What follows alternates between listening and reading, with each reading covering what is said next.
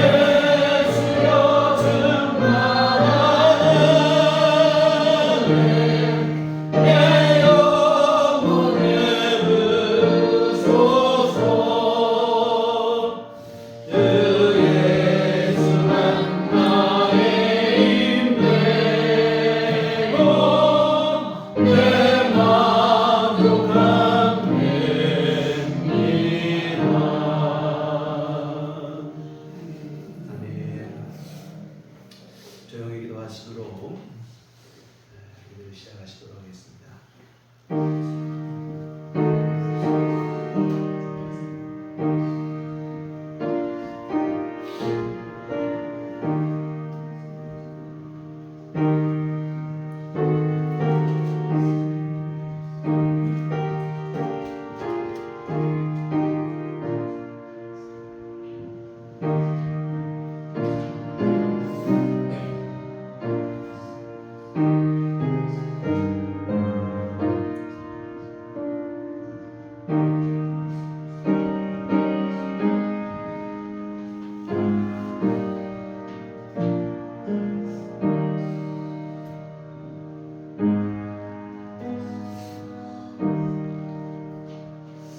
내가 아버지께 구하겠으니 그가 또 다른 보혜사를 너희에게 주사 영원토록 너희와 함께 있게 하시리니 그는 진리의 영이라.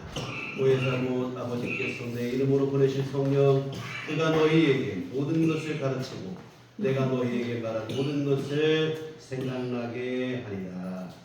아멘. 다같이 자리를 하셔서 찬송가 35장 35장 함께 찬양하시겠습니다.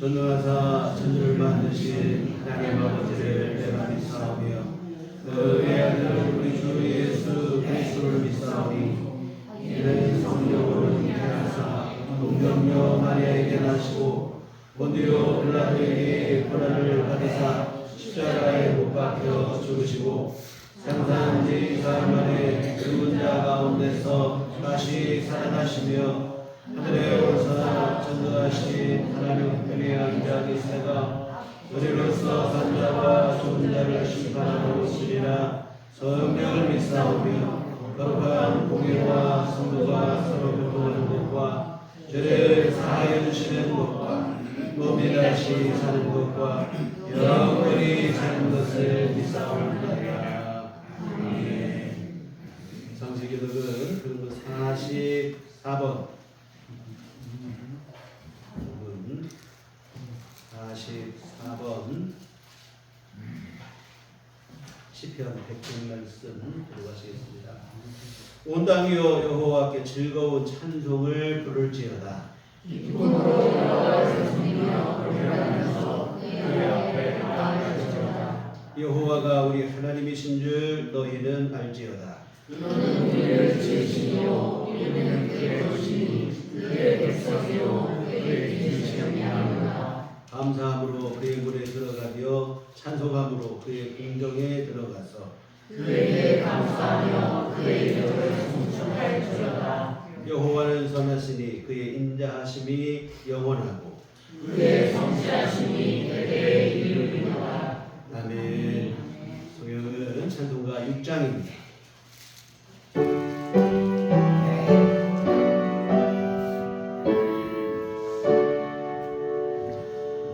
목소리 높여서 주 찬양하여라. 영광과 권세와 존귀와 위엄을 오늘이 다스리시는 만왕의 왕께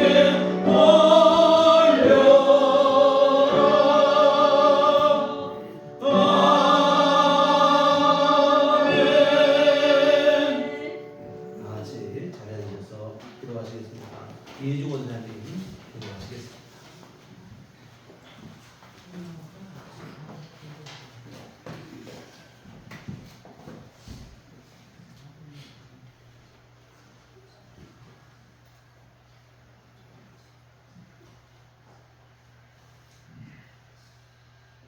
날로 푸르름을 더해가는 청명하고 생기발랄한 계절의 중심에서 오늘도 주님의 손에 붙잡힌 우리들을 어김없이 주의 전으로 인도해 주신 여호와 하나님 아버지께 진심으로 감사와 찬양을 드립니다.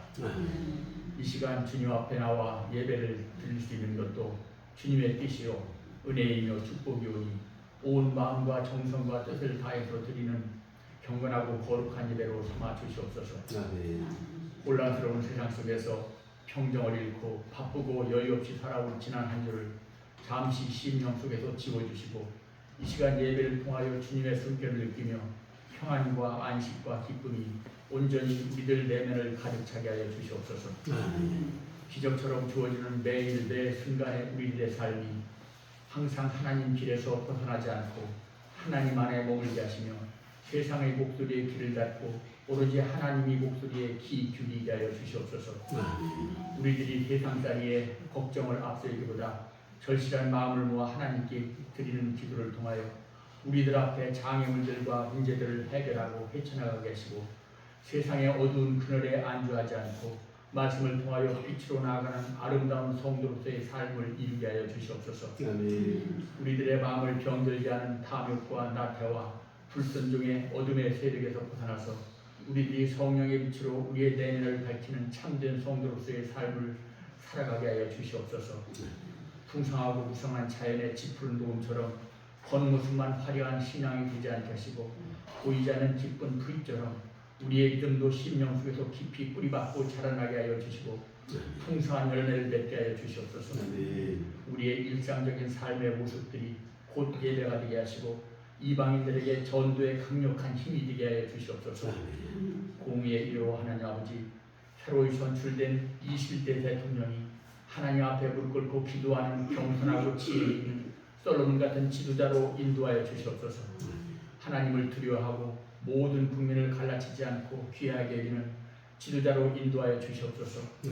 분열된 국민들의 상처를 하나로 통합하는 아량 있고 따뜻한 온 국민의 지도자로 삼아 주시옵소서. 공의와 정직과 정의가 정치의 기본이 되는 다윗과 같은 지도자로 삼아주시고 권력을 휘두르지 않고 오직 국민을 섬기는 마음으로 신명을 다하는 지도자로 인도하여 주시옵소서. 특별히 호국 보훈의 달 6월을 맞이하여 이 나라 이 민족을 위하여 피 흘려 희생된 소녀들의 고귀한 뜻을 다시금 기억하고 무한 감사하게 하시고 유구한 질곡의 역사 속에서 지켜온 우리 대한민국을 주님의 뜻 가운데 다시 새롭게 하여 주시옵소서. 아멘. 새로운 지도자와 함께 대한민국이 세계가 주목하는 강대국으로 거듭 태어날 수 있도록 살펴주시옵소서. 주님, 적들 앞에서 전진한 요나단처럼 6월 한 달도 주님의 이름으로 세상을 이기며 믿음으로 나아가는 그리스도의 삶이 되게 하여 주시옵소서. 하나님 안에서 참 기쁨을 누리게 하시고 오직 하나님으로 인해서 감사와 찬양이 끊이지 않게 하여 내려 주시옵소서. 오늘도 하나님 말씀을 선포하는 목사님 위해 영육간의 평강과 건너와 주시고 목자로서의 사명을 능히 감당할 수 있는 하나님의 지혜와 능력을 내려 주시옵소서.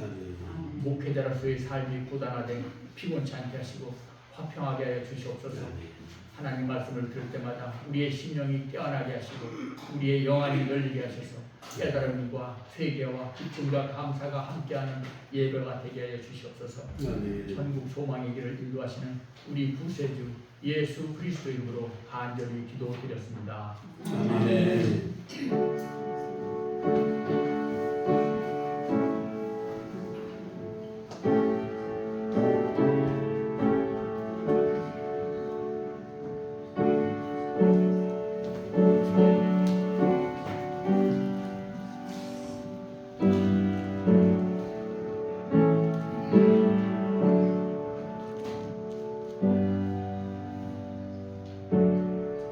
저희가 제시 기도하시겠습니다. 하늘에 계신 우리 아버지여, 이름이 거룩히 여김을 받으시오며 나라의 마옵시며 뜻이 하늘에서 이룬 것 같이 땅에서도 이루어지이다. 오늘날 우리에게 일용할 양식을 주옵시고 우리가 우리에게 죄 지은 자를 사하여 준 것 같이 우리의 죄를 사하여 주옵시고 우리를 시험에 들게 하지 마옵시고 다만 악에서 구하옵소서. 내게 나라와 권세와 영광이 아버지께 영원히 있사옵나이다. 아멘.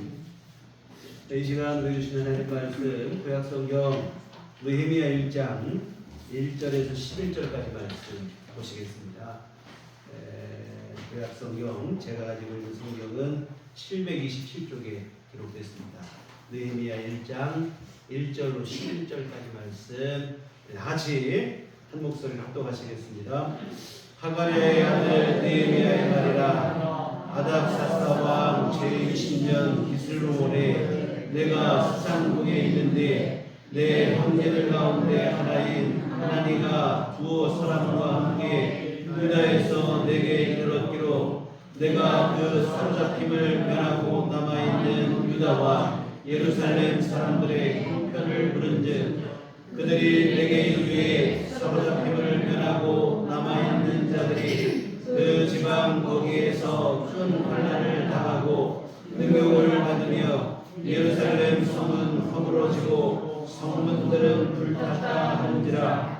내가 이 말을 듣고 앉아서 울고 수일 동안 슬퍼하며 하늘의 하나님 앞에 금식하며 기도하여 이르되 하늘의 하나님 여호와 크고 두려우신 하나님이여, 주를 사랑하고 주의 계명을 지키는 자에게 언약을 지키시며 긍휼을 베푸시는 주여 간구하나이다.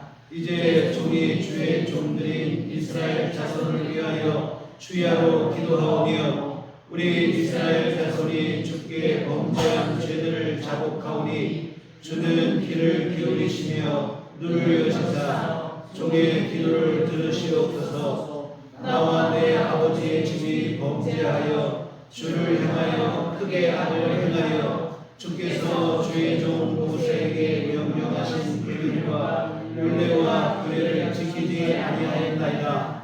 일적에 주께서 주의 종 모세에게 명령하여 이르시되 만일 너희가 범죄하면 내가 너희를 여러 나라 가운데 흩을 것이요 만일 내게로 돌아와 내 계명을 지켜 행하면 너희 쫓긴 자가 하늘 끝에 있을지라도 내가 거기서부터 그들을 모아 내 이름을 부르고 택한 곳에 돌아오게 하리라 하신 말씀을 이제 청하건대 기억하옵소서. 이들은 주께서 일찍이 큰 권능과 강한 손으로 구속하신 주의 종들이요 주의 백성이니이다. 주여 구하오니 귀를 기울이사 종의 기도와 주의 이름을 경외하기를 기뻐하는 종들의 기도를 들으시고 오늘 종이 형통하여 이 사람들 앞에서 은혜를 입게 하옵소서 하였느니 그때에 내가 왕의 술 반원이 되었느니라. 아멘. 우리 주님의 은총과 평강이 교회 여러분과는 함께 하시기를 기원합니다. 오늘은 성령 강림 주일입니다. 예루살렘을 떠나지 말고 약속하신 성령을 기다리라는 주님의 명령에 따라 마가의 다락방에서 모여 전심으로 기도하던 120명의 무리에게 오순절 날에 성령이 강하게 임하였습니다.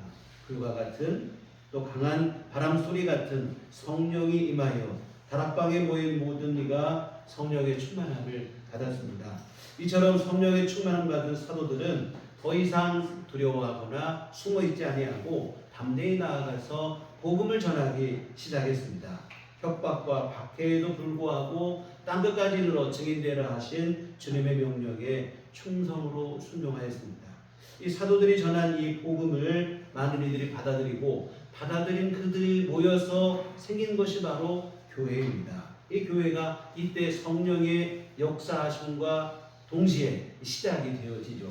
이 뜻깊은 날을 기념하는 게 바로 성령 강림 주일입니다. 사랑하는 성도 여러분, 예수를 구주로 믿는 순간 성령께서 오늘 여러분 안에 함께 하심을 믿으시길 바랍니다. 우리 안에 오신 성령께서는 떠나지 아니하시고 영원히 우리 안에 내주하시겠다 하시는데, 성경에 보면 성령께서 우리가 연약하고 부족하고 답답할 때 근심하기도 하시고 때로는 탄식하기도 하시는데, 근데 우리를 버려두고 떠나시겠다 이런 말씀은 없어요. 여러분과 늘 함께 하시니 이 사실을 분명히 믿으시고 우리 주님께서 성령으로 나와 함께함을 믿으셔서 무슨 일을 당하더라도 어떠한 상황이 우리 앞에 닥치더라도 낙심하거나 절망하지 마시고 늘 담대하시고 당당하시기를 부탁을 드립니다. 또한 어떤 유혹과 미혹이 우리 앞에 닥친다 할지라도 흔들리지 말고 진리의 영이신 성령께서 인도하시는 대로 믿음으로 바른 길 걸어가시기를 부탁을 드립니다. 여하튼 성령의 함께하심 때문에 힘을 얻고 성령의 함께하심 때문에 바른 길을 걷는 것, 이게 바로 진정한 성령 충만입니다.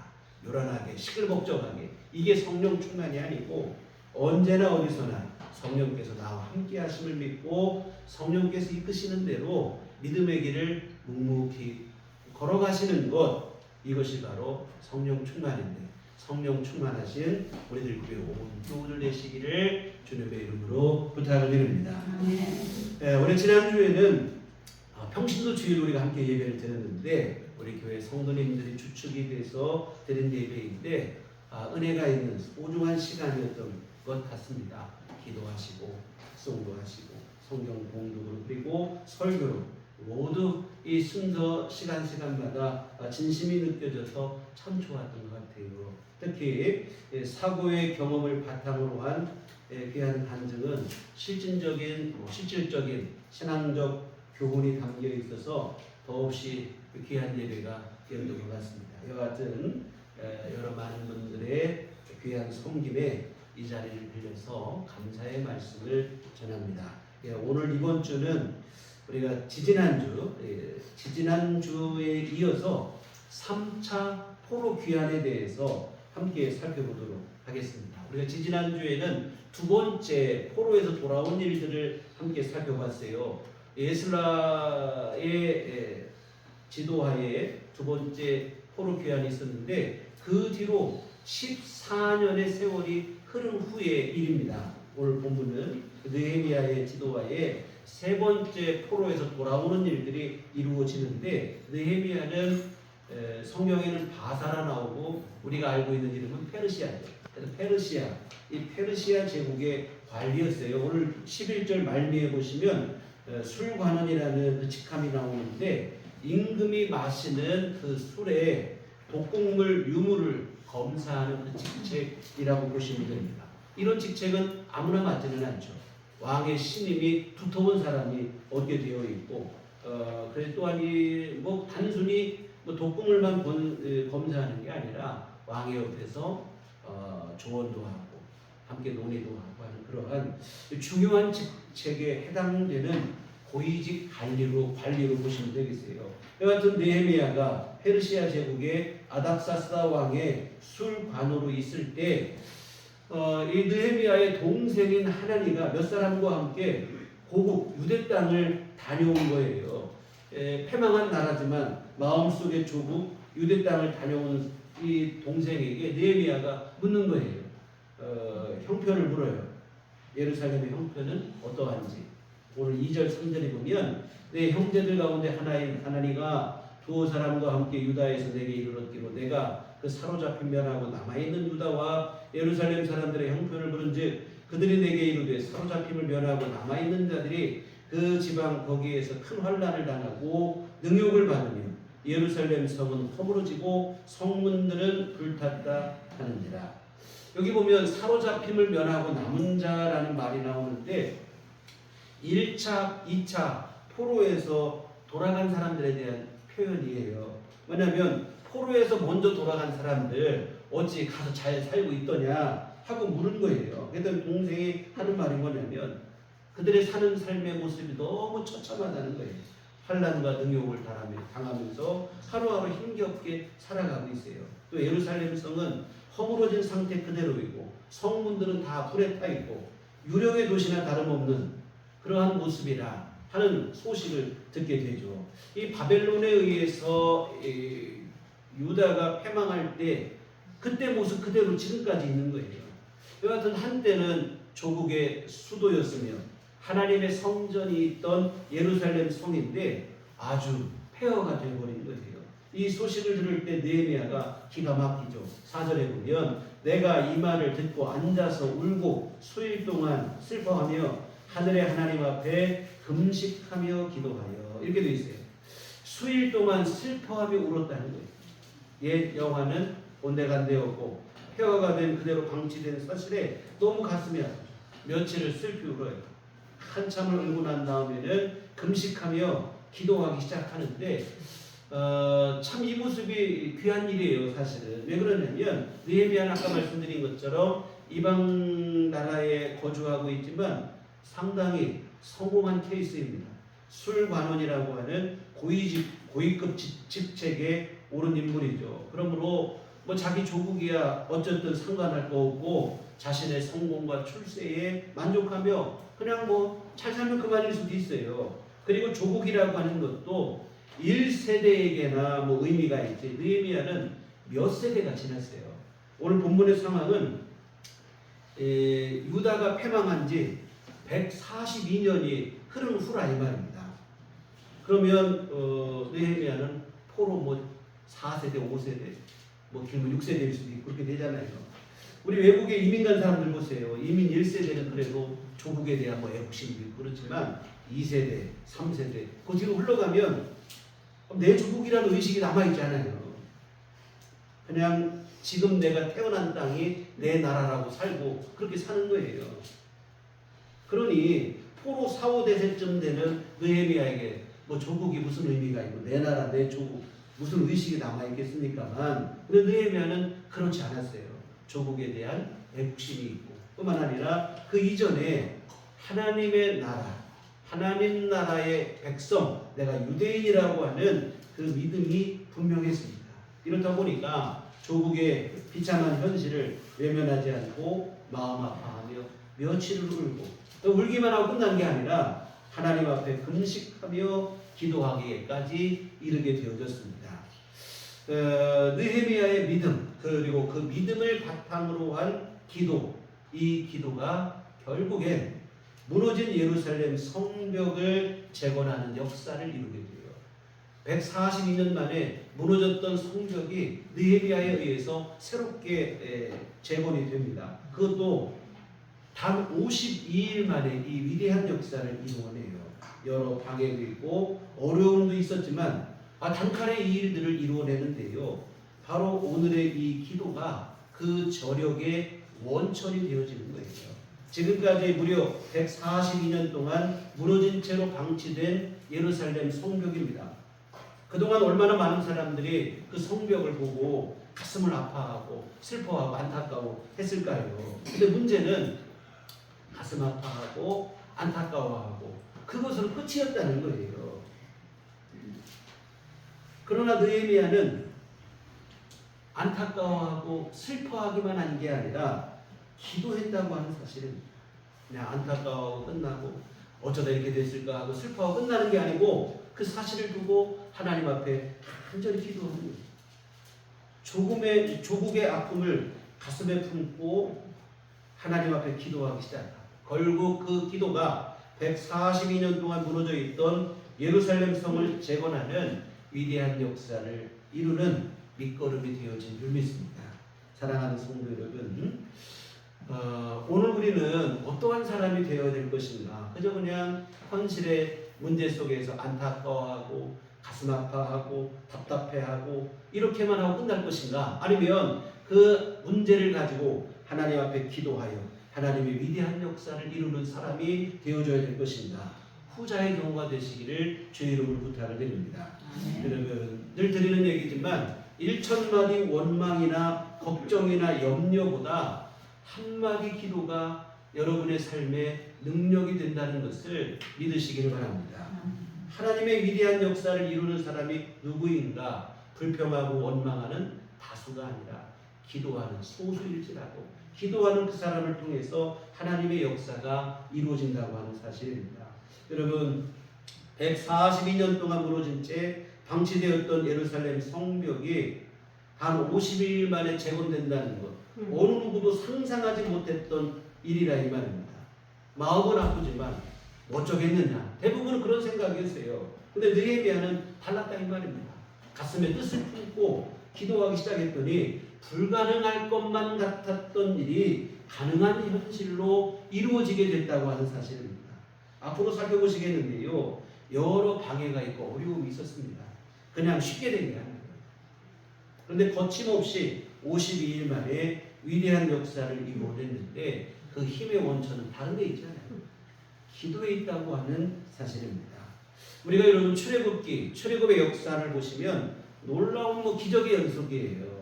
홍해가 갈라지고 하늘에서 만나가 내리고 반석에서 샘물이 솟아나고 낮에는 하나님께서 구름 기둥으로 밤에는 불 기둥으로 인도하시고 보호하시고 기적의 연속인데, 근데 이런 하나님의 기적적 역사를 가능하게 한 것은 다름 아닌 모세의 기도였다고 하는 사실입니다. 이스라엘 백성들을 한번 우리가 보시면 그들이 한 일은 문제가 있고 어려움이 닥치면 그냥 습관적으로 원망부터 하고 보는 거예요. 불평하고 원망하고 나중에는 모세를 향해서 돌을 들기까지 하고 하나님 이럴 것 같은 우리를 왜 애굽에서 데리고 나오셨느냐 원망하고 불평하고. 그런데 이런 원망과 불평은 여러분 보시면 어떤 역사도 이루지 못해요. 어느 일도 이루지 못합니다. 그런데 이처럼 모두가 원망하고 불평할 때 말없이 무릎 꿇고 기도했던 한 사람이 있어요. 바로 모세인데 모세 한 사람의 기도가 출애굽할 때 60만 명이라고 하는데 장정만 60만 명이니까 남녀 노유 다 합하면 최소 200만 명이에요. 200만 명에 가까운 온 백성들의 원망보다 한 사람 모세의 기도가 훨씬 더 큰 능력을 발휘했던 것을 잊지 않으셨으면 좋겠습니다. 사랑하는 성도 여러분, 기도하시기를 부탁을 드립니다. 원망과 불평을 내려놓으시고 기도하시고 절망과 낙심을 내려놓고 기도하시고 불안과 걱정을 내려놓고 기도하시기를 부탁을 드립니다. 예수님께서 그런 말씀을 했어요. 너희 중에 누가 염려함으로 그 키를 한 자나 더할 수 있느냐. 여러분, 염려, 근심, 걱정한다고 해서 일이 해결되면 얼마나 좋겠습니까만 내 몸 하나도 어쩌지 못하는 게 염려의 능력이라 이 말입니다. 예수님 말씀대로 그 키를 한 자나 더할 수 있겠느냐. 내 몸 하나도 어떻게 못한다 이 말이에요. 걱정, 근심, 염려, 이 무익한 것, 이 내려놓으시고 기도하시기를, 비록 한마디일지라도 그 한마디가 기도였을 때 능력이 우리 삶 속에 나타나게 되는 줄 믿습니다. 오늘 여러분의 이 시간에 한번 여러분의 말과 생각을 한번 돌아봤으면 좋겠어요. 여러분이 무슨 말을 많이 하시는가? 나는 어떤 생각을 주로 하고 살고 있는가? 여러분 원망과 불평의 말, 한숨과 좌절과 낙심의 말, 아니면 늘 마음속에 걱정과 염려와 불안과 초조의 부정적인 생각들, 이런 것들은 아닌지. 물론 이런 것 말과 뭐 이런 말 이런 생각들을 한순간에 완전히 근절한다는 것은 쉽지가 않아요. 뭐 타락한 육신의 본성이 우리 안에 남아있다 보니까 나도 모르게 뭐 이런 말이 나올 때도 있고 이런 생각이 나를 잠식할 때도 있고 그렇죠. 그러나 여러분, 우리가 그런 생각과 그런 말들이 내 삶을 지배하려고 할 때 여러분이 명심하셔야 될 사실이 있어요. 바로 뭐냐면 오늘 우리는 믿음으로 사는 사람이 되었다는 사실을 잊지 마시기를 부탁을 드립니다. 육신의 본성으로 사는 게 아니라 믿음으로 살아야 될 하나님의 자녀가 됐다는 것을 기억하시고 여러분 내려놓으세요. 원망의 말 나오려고 하면 좀 참으시고 그 생각을 바꾸셔서 그런 말들을 바꾸셔서 기도하시기를 부탁을 드립니다. 물론 처음에는 쉽지 않겠지만 쉽지 않은 그 일이 여러분의 삶을 바꾸는 키포인트가 되고 정말 여러분의 삶을 새롭게 하는 그러한 시작점이 되어질 줄 믿습니다. 여하튼 우리 앞으로 느헤미야서를 보실 때 우리가 진짜로 배워야 될 것은 다른 거 없어요. 기도입니다.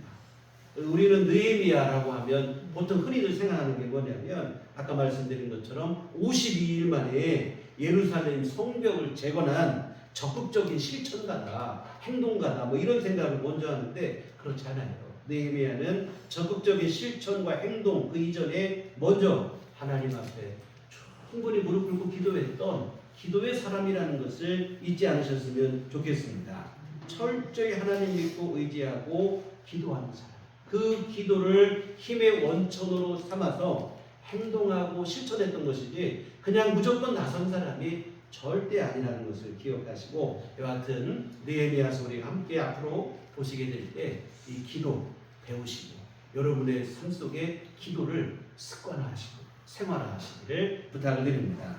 오늘 본문에도 느헤미야의 기도가 나오죠. 정말로 본받을 만한 훌륭한 기도인데 첫째로 우리가 본받을 만한 것은 뭐냐면 느헤미야의 기도, 내가 누구에게 기도하는지를 분명히 알고 기도했다는 거예요. 5절에 보면 이르되 하늘의 하나님 여호와 크고 두려우신 하나님이여 주를 사랑하고 주의 계명을 지키는 자에게 언약을 지키시며 긍휼을 베푸시는 주여 간구하나이다.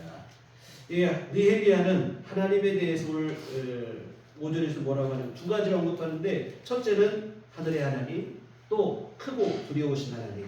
이것은 어떤 표현이냐면 하나님의 능력에 대한 믿음의 고백입니다.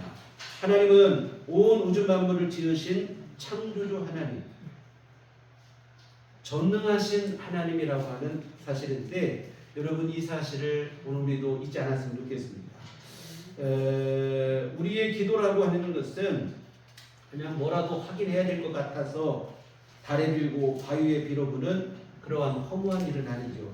가슴이 터질 것 같아서 속이라도 시원하라고 하는 한풀이씩 그 기도도 아닙니다.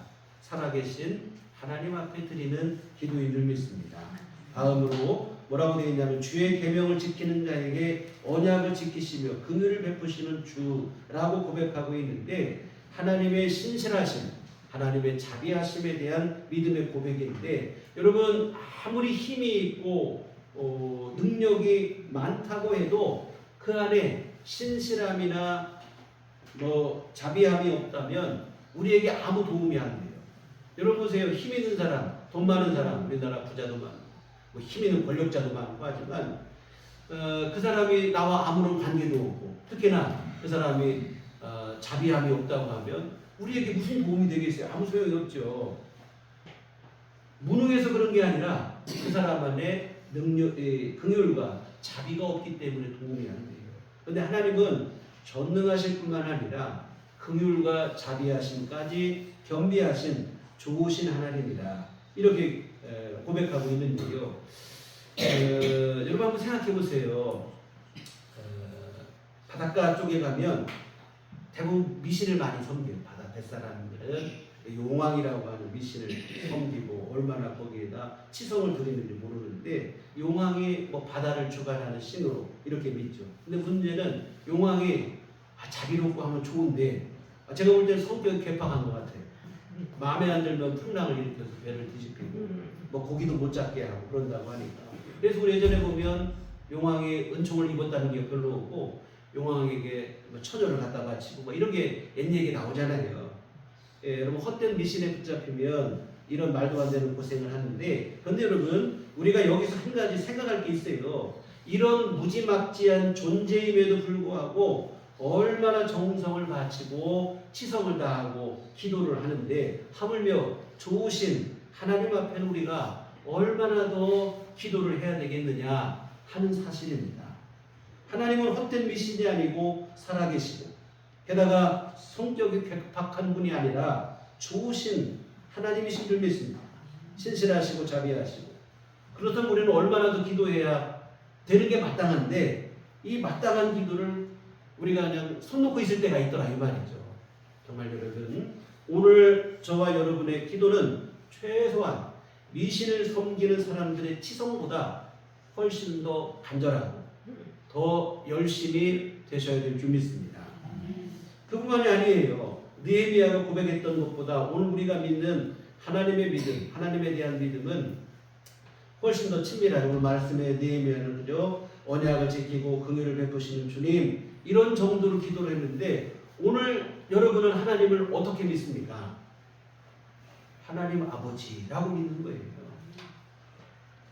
오늘 우리는 예수님 안에서 하나님을 아버지라 부르는 하나님의 자녀가 됐습니다. 하나님이 내 아버지인데 기도하지 않을 이유가 없겠죠.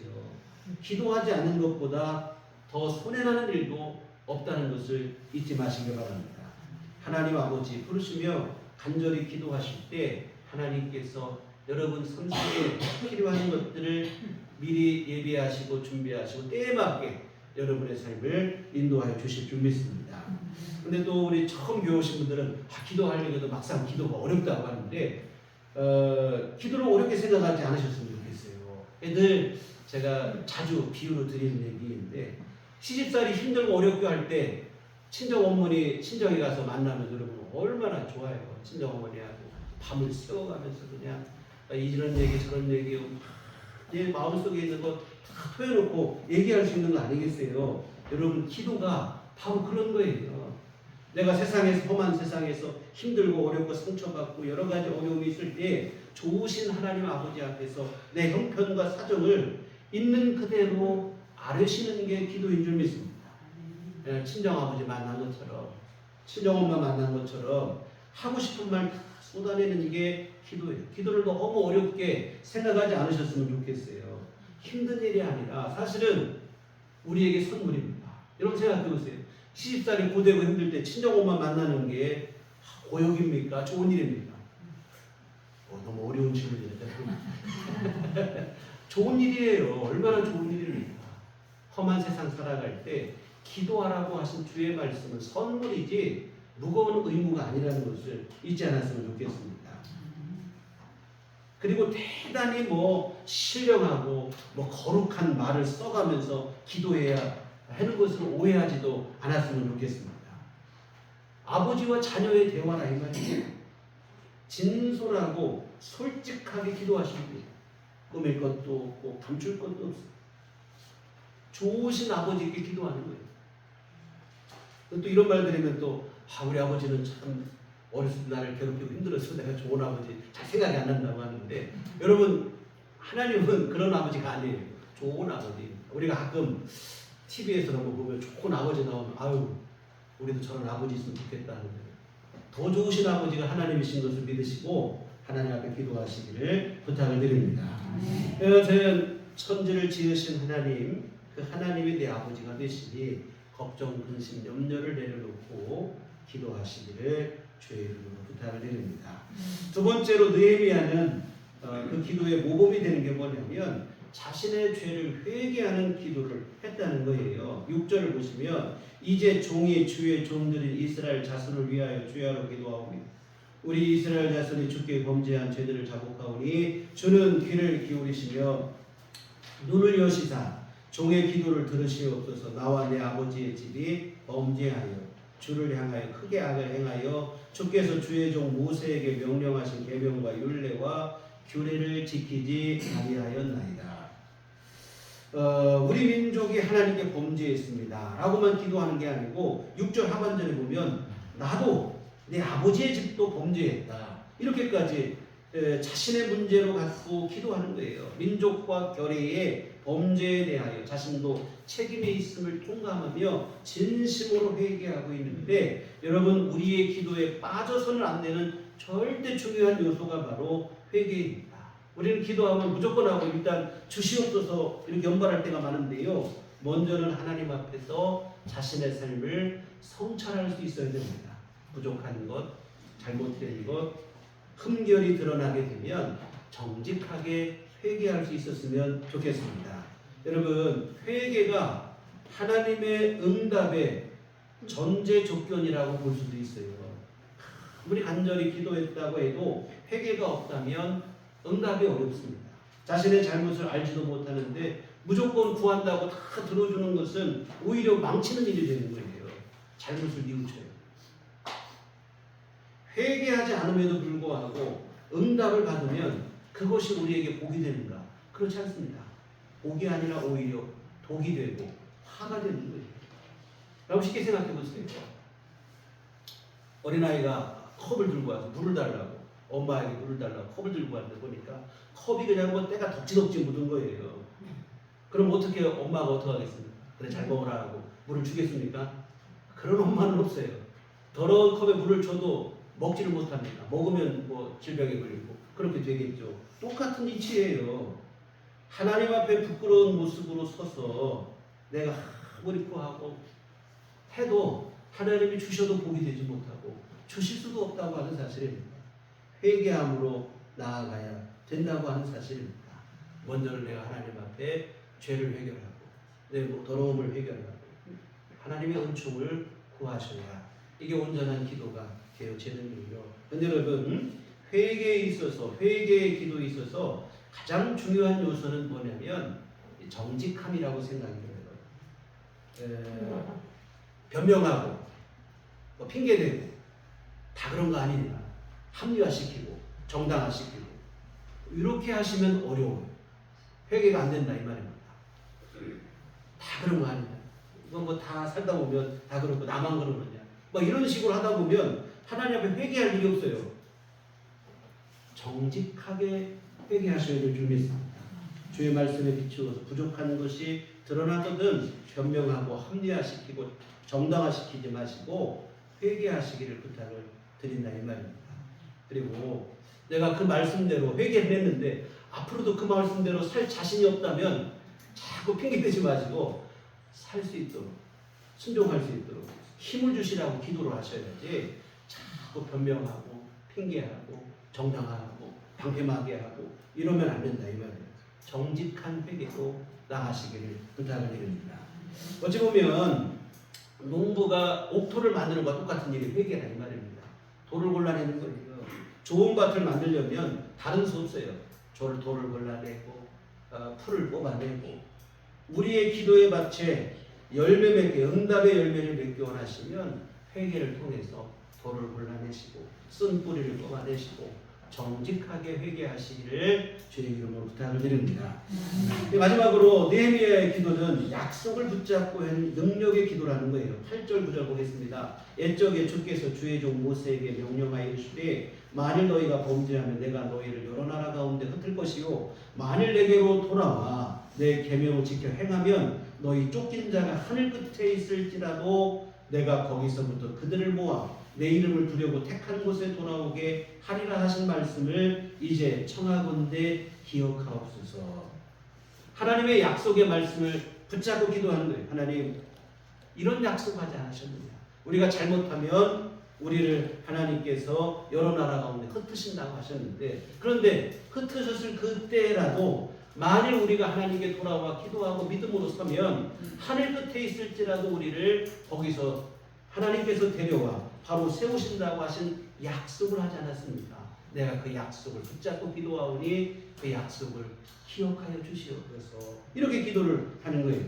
여러분, 이보다 더 힘 있는 기도는 없다고 하는 사실입니다. 우리 여러분, 이런 부모님 자녀들 키우다 이런 경험 다 있을 거예요. 부모님들이 자녀들에게 약속을 잘하잖아요. 뭐 이거 한번 뭐 해주겠다, 뭐 해주겠다. 약속을 했으면 지켜야 되는데 안 지킬 때가 있어요. 그럼 자녀들이 지난번 약속하지 않았느냐. 그러면 할 말이 없어요. 근데 거기다 대고 내가 언제 그랬냐고 이러면 안 돼요. 약속을 지키셔야 된다 이 말이에요. 여하튼 뭐냐면 우리 하나님도 마찬가지입니다. 하나님이 약속하신 말씀을 붙잡고 기도를 하실 때 그 기도가 능력 있는 기도가 되어지는 줄 믿습니다. 여러분, 우리 하나님은 약속을 지키시는 신실하신 하나님이라고 하는 사실입니다. 디모데후서 2장 13절에 제가 좋아하는 말씀인데 이런 말씀이 있어요. 우리는 미쁨이 없을지라도 주는 항상 미쁘시니 자기를 부인하실 수 없으시리라. 우리에게는 믿을 만한 게 없다 이 말이에요. 그런데 하나님은 항상 믿을 만한 분이다. 그러면서 뭐라고 했냐면 절대로 자신이 하신 약속의 말씀을 부인하실 수 없으리라. 이렇게 되어 있어요. 자신이 하신 약속을 부정하거나 부인하지 않는 하나님이라 이런 말씀이 되어지는데요. 여러분, 우리가 아까 말씀드릴 때 하나님은 못하시는 게 없는 전능하신 분이라고 그랬어요. 근데 하나님이 못하시는 게 있어요. 뭘 못하시느냐? 약속을 부정하는 일을 못하신다. 이런 얘기입니다. 여러분, 무슨 얘기냐면 하신 약속의 말씀은 반드시 지키시는 신실하신 하나님이라 하는 말씀인데, 여러분 기도하실 때 하나님의 약속의 말씀을 붙잡고 기도하시기를 부탁을 드립니다. 그래서 우리의 기도가 힘을 얻으려면 성경을 많이 읽으셔야 돼요. 성경을 우리가 말씀을 잘 듣고 말씀의 은혜를 받고 받은 은혜 말씀을 붙잡고 기도를 하실 때 힘이 되어지는 줄 믿습니다. 그래서 우리 설교를 들으실 때 어떤 말씀을 내 마음속에 믿음으로 받아들여지게 되면 그 약속의 말씀을 붙잡고 기도하시기 바랍니다. 성경을 읽다가 은혜가 되고 감동이 되면 그 말씀을 붙잡고 하나님 이 약속을 나에게도 이 약속의 말씀을 내 삶 속에도 이루어 주시라고 기도하시면 이게 능력의 기도가 되어집니다. 여러분, 능력의 기도는 다른 데 있지 않아요. 오늘 느헤미야처럼 하나님의 약속의 말씀을 붙잡은 기도인 줄 믿습니다. 다니엘도 마찬가지였어요. 우리 앞서서 보신 다니엘서 우리 한번 앞서 보셨는데 다니엘도 하나님의 예레미야를 통한 약속의 말씀, 포로 생활 70년이 차면 돌아오겠다는 약속의 말씀을 붙잡고 기도를 하는 거예요. 약속의 말씀에 때가 되었음을 알고 기도하기 시작했다 이 말입니다. 바로 뭐냐면 하나님의 약속의 말씀을 붙잡고 그 약속의 말씀이 내 삶 속에 이루어지길 위해서 기도하시길, 그게 바로 능력의 기도가 되어질 줄 믿습니다. 사랑하는 성도 여러분, 우리의 기도는 죽은 목석이나 달에 별에 대고 피는 게 아닙니다. 오히려 그것을 만드시고 지으신 창조주 하나님께 드리는 기도인 줄 믿습니다.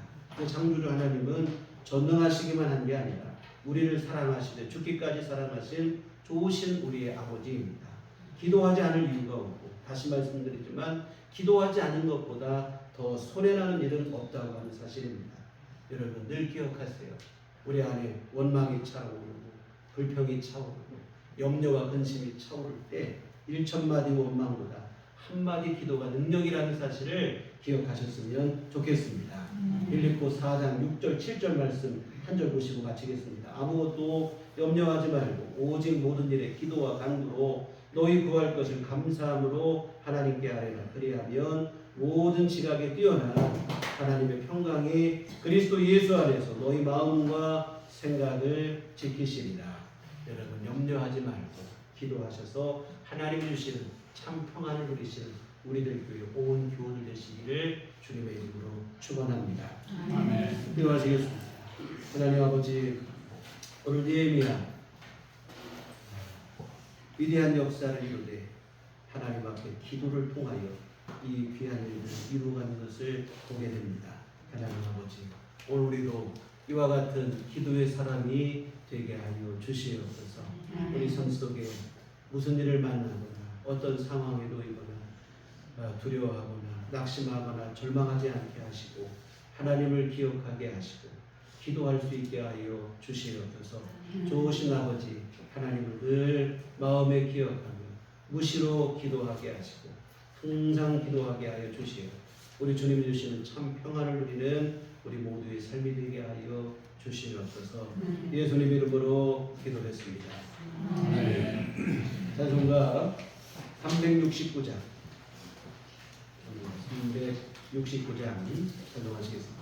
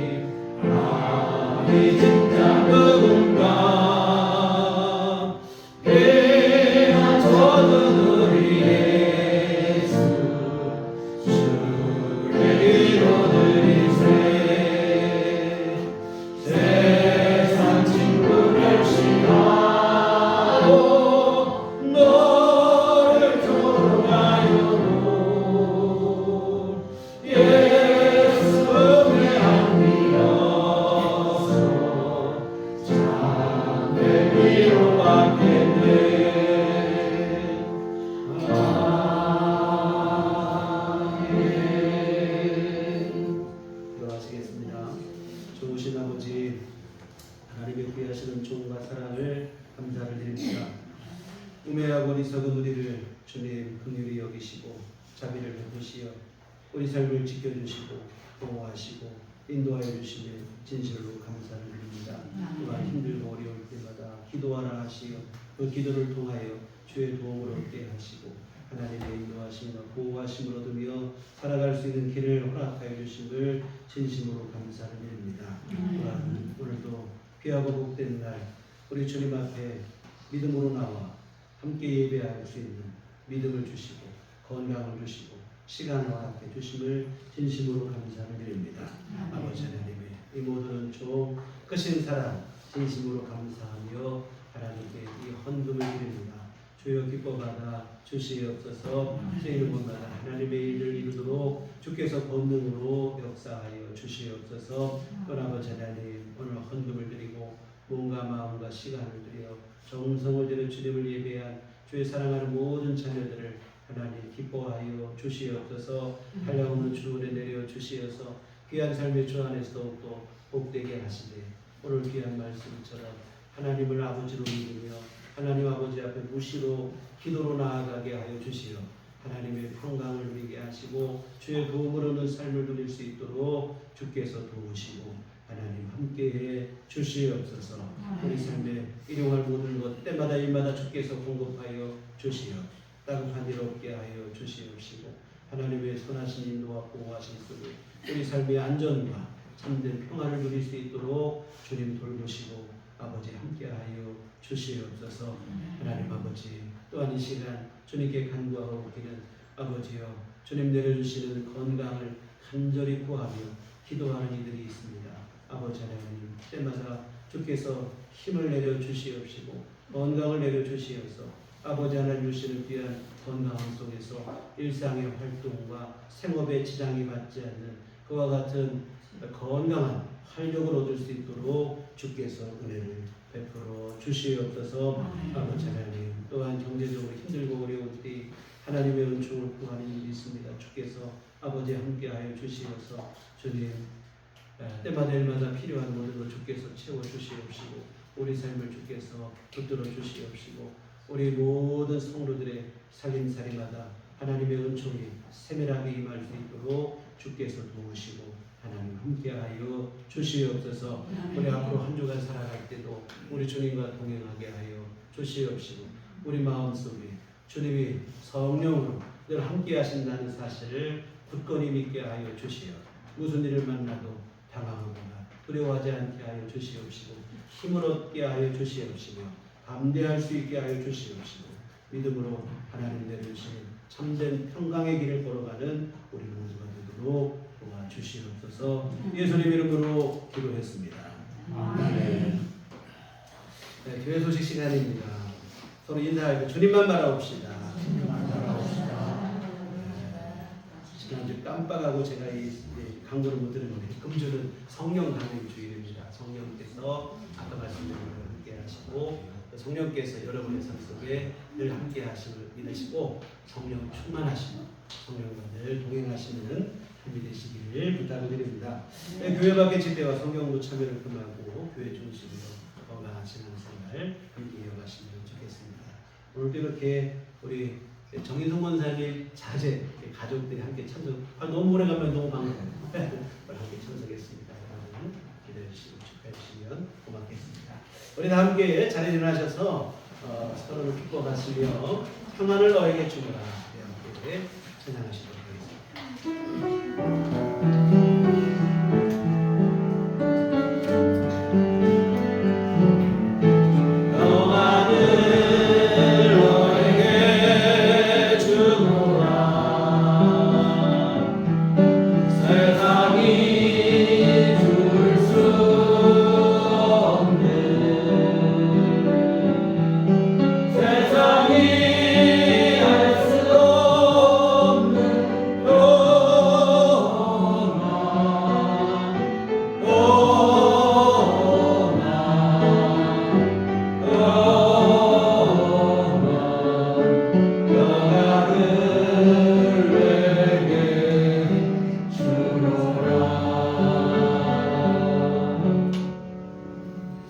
오직 성령이 너희에게 임하시면 너희가 권능을 받고 예루살렘과 온 유대와 사마리아와 땅끝까지 이르러 내 증인이 되리라. 우리가 주의 증인이 되겠습니다. 이제는 우리 주 예수 그리스도의 구속의 은혜와 하나님 아버지의 극진하신 사랑하심과 성령님의 위로교통 역사 감화 감동 충만하시는 주의 피로 세우신 우리들 교회 위에와 우리 하나님의 긍휼과 자비를 의지하여 언제나 기도하고 무시로 기도로 나아가 하나님의 도움을 얻고 주 안에 참 평안 누리기를 소원하는 주의 모든 자녀들의 심령이 지금부터 영원토록 함께 하시기를 간절히 축원하옵나이다. 아멘.